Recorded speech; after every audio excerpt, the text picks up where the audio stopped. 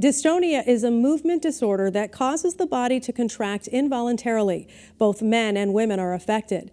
Tonight, I spoke with Sam Bradley, who has been living with dystonia for 10 years. Sam, a local music producer and director of the Pan-African Historical Museum in Springfield, just launched a new foundation, Dystonia Matters. He was joined by his good friend Tony Bass, who is also committed to helping Sam and others spread awareness about this disorder. Dystonia is a movement disorder. And what it does, it causes my muscles in my body to involuntarily contract. It's very painful, okay? And what happens is I've been suffering I had it for about 10 years. And, and,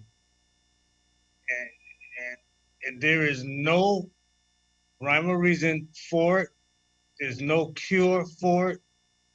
It's just something that I had when I had a brain aneurysm, and that resulted into dystonia. Tell me a little bit about that. That was back when, I have to say, you're an athlete, you're a musician, you're a producer. You have your hands in so many different things, a father, a husband. Yes. But athletics is big. You know, you're really into football. Tell me a little bit about what happened at that injury. Well, I was playing football, and and it was the championship game, and it was a tie score, and I ran out, and basically I caught the winning touchdown.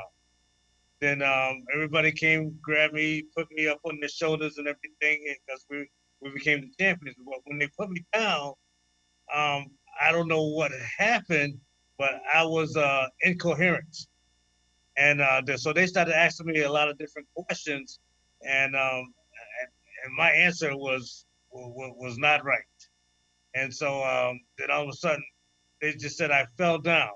I fell down and fell out. And then I had my brother-in-law. He came. His name is Irvin Lewis. He came and he rushed me to the hospital.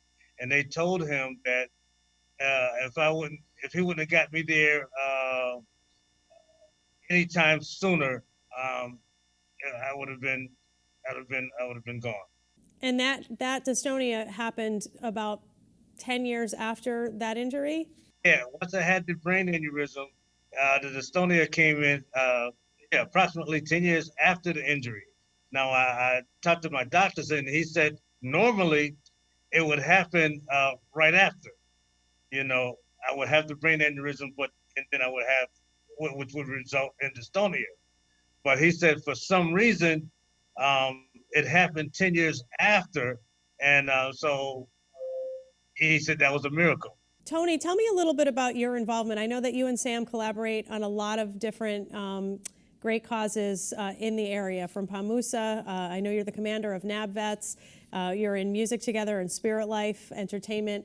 Why was this an important cause for you to be involved in as far as getting the message out about dystonia? It all began when I actually saw one of his episodes. LaWanna Hood, who was the former curator for the Pan-African Historic Museum, who passed away about a year ago, which Sam now runs. We were in Northampton. We were watching a movie, and it was so cold in there. And there was a movie we just wanted to see. It was 12 Years a Slave. And Sam had an episode which he was talking about where his muscles involuntarily contract, and to see the pain that he was having at that time, and it got to a point where we kept asking, I did for sure, was, do you need to go to the hospital? We need to go. And Sam was fighting through it and saying, no, he's gonna be all right. And he kept massaging his arms and his hands and just grunting and just bearing the pain. That was the first time I had seen it.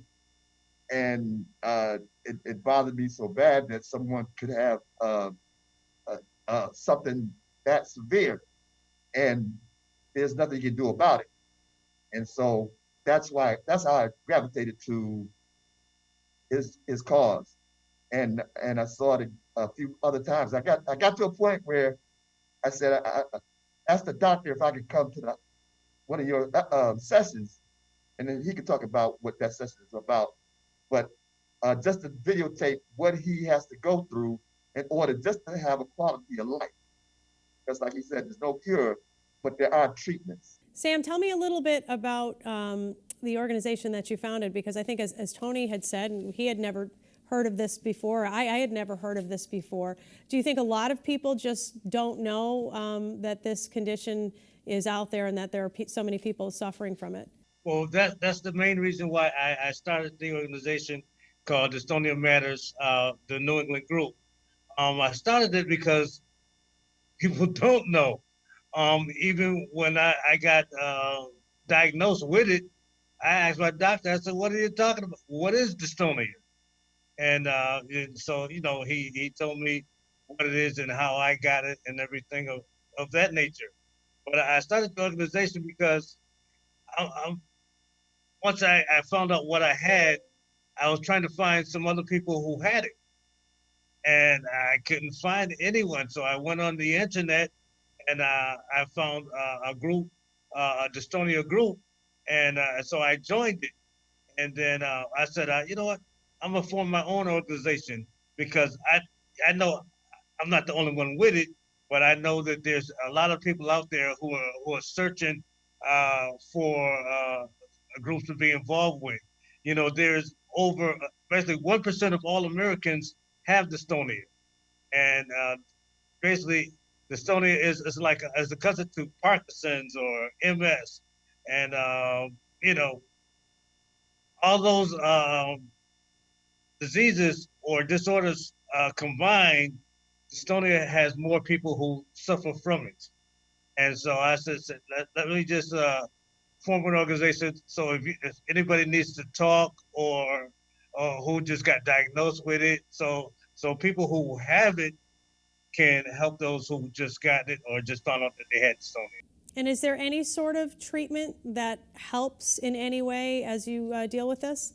I take Botox shots every 3 months, and how the shots is administered to me is I get about 15 to 20 shots in my body at one time, and those shots aren't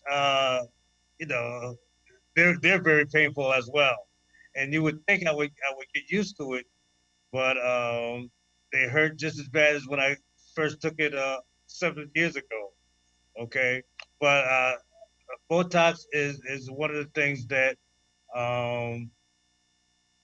it eases the pain. I'll put it that way. It doesn't cure it or it doesn't make it go away, but it eases the pain. And then there's something called brain stimulation. Okay, and it's where it's an operation that they have to go cut your head and go inside your brain, and it's almost like a pacemaker for the heart, but it's for the brain, and so that works on some people. And then you have your natural medicines that people use as well. Um, yeah, so it is a lot of things that they can give you, but 9 times out of 10, if it does work, it's good. But they have to have you keep trying different things because it doesn't work. My dystonia, when my neurologist administered to me the Botox, I've been taking it so long that it moves, and so he has to find different places where to put the needle in, and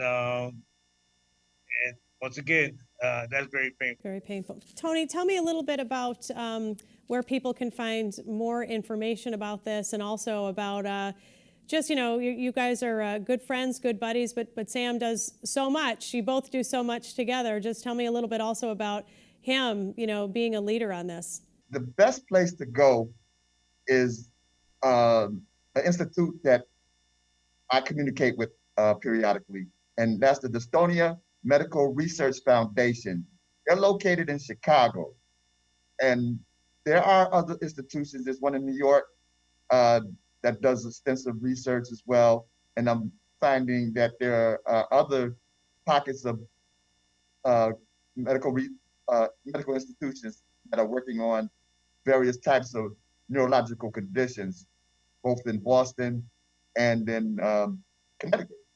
And so um, this condition, like I said, is a neurological condition. And one of the things that I thought about when I talked to Sam was producing something we called LEAD, Learn and Educate About Dystonia. And we created an awards event whereby it was a media awards event where we thought, my thought was is to say, Sam, the best way to get the message out about Dystonia would be through the media. So let's create a media awards event and uh, under the guise of LEAD, Learn and Educate About Dystonia. So we did that for 3 years, and it was very successful. Um, we had a good response, but it's just not enough. It's just we have to keep pounding. Biggest problem is that we don't. Estonia does not have a spokesperson such as um, uh, Parkinson's. You have Michael J. Fox as a spokesperson, so it's a big um, face on the problem. And as he alluded to, another issue is that a lot of people have dystonia and don't know it. They've been misdiagnosed, and or the severity of it varies because it can be localized in your hand or in your foot, a leg. And Sam has what they call uh, dystonia that's diffused throughout his entire body. So he takes those Botox shots in his head, in his back, in his legs, everywhere. And it's just as awful to watch as it is to see what he goes through with his episodes, as you mentioned.